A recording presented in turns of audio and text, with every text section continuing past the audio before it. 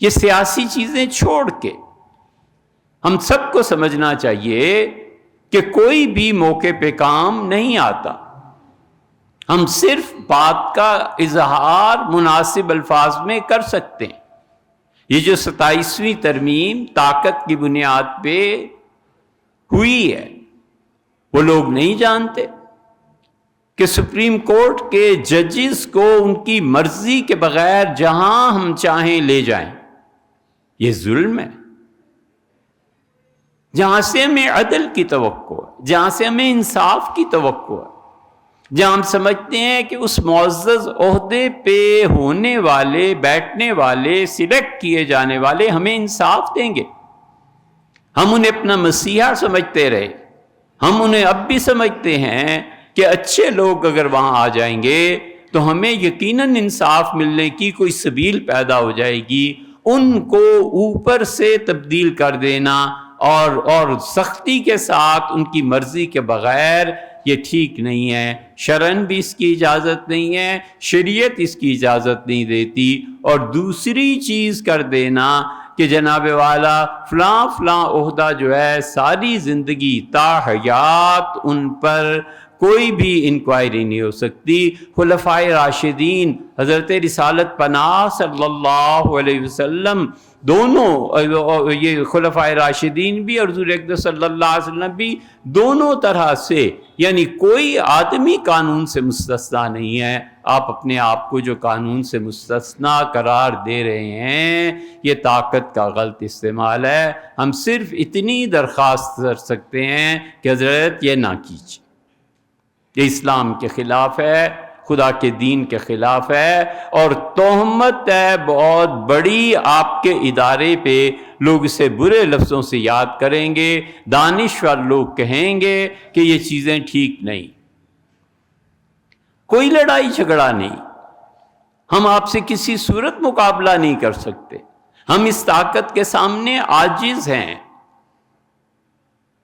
کوئی ایسی چیز ہی نہیں ہے کہ ہم یہ احتجاج کسی بڑے فورم پہ کر سکیں. ہم صرف اتنا کہتے ہیں کہ یہ ظلم ہے، اور آئیے ہم اور آپ مل کے حضور صلی اللہ علیہ وسلم کی ایک حدیث پہ عمل کر لیں.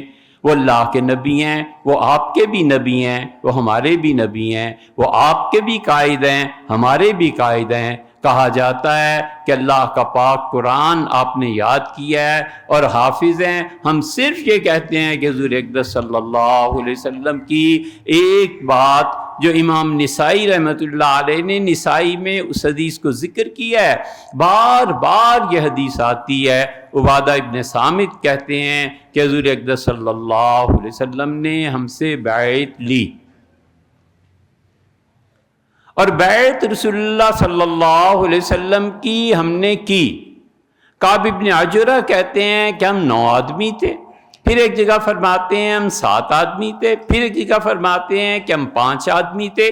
یعنی متعدد مرتبہ یہ بیعت ہوئی ہے، 9 آدمیوں میں بھی، 5 میں بھی، 7 میں بھی.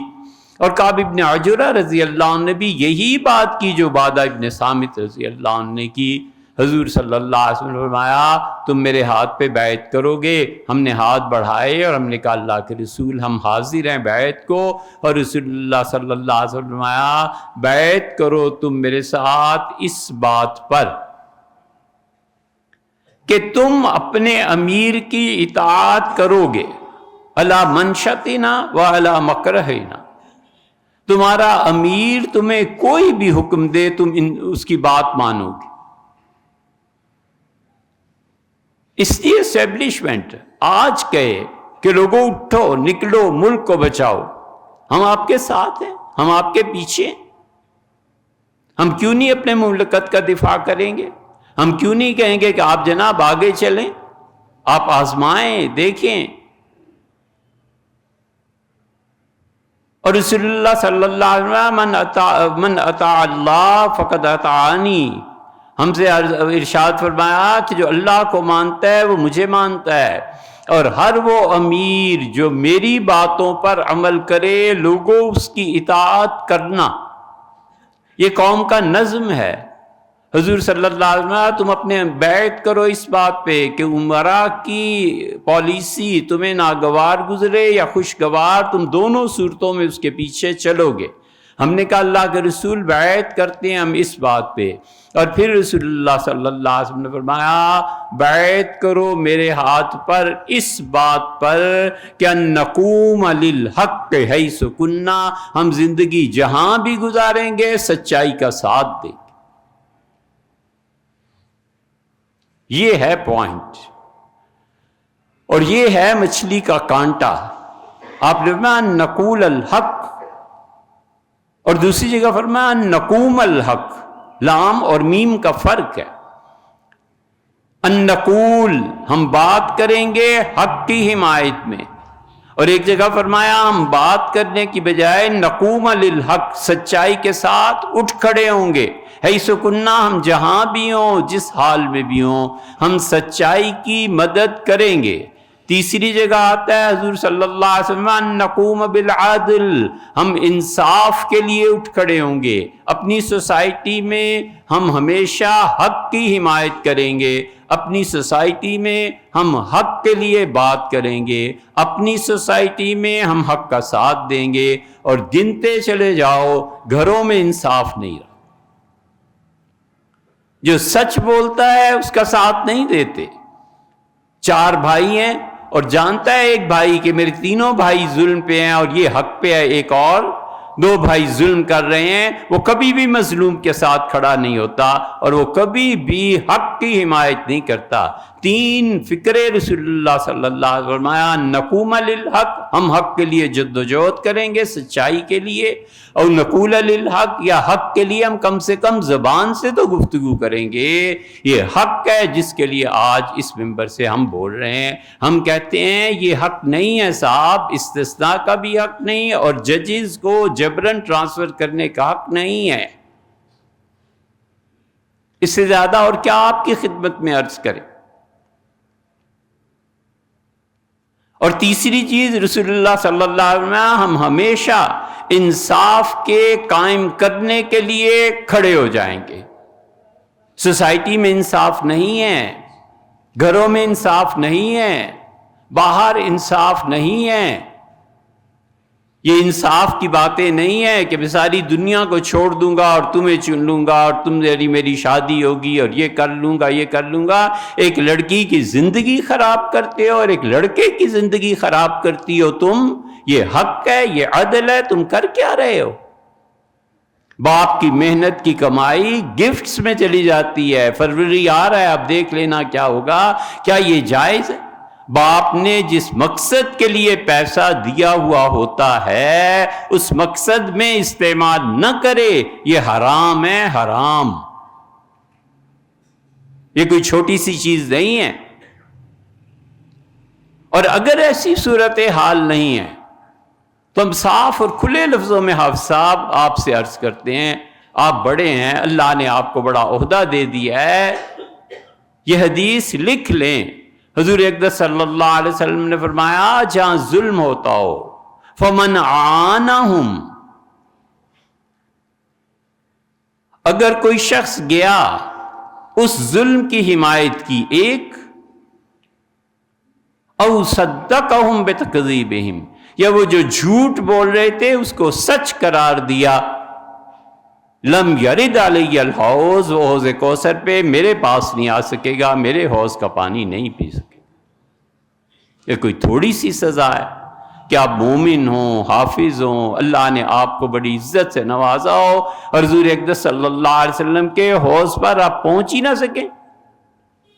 یہ جتنی اسمبلیاں ہیں یہ جھوٹ کی تصدیق نہیں کرتی، یہ جتنی پارلیمنٹس ہیں یہ جھوٹ کی تصدیق نہیں کرتی۔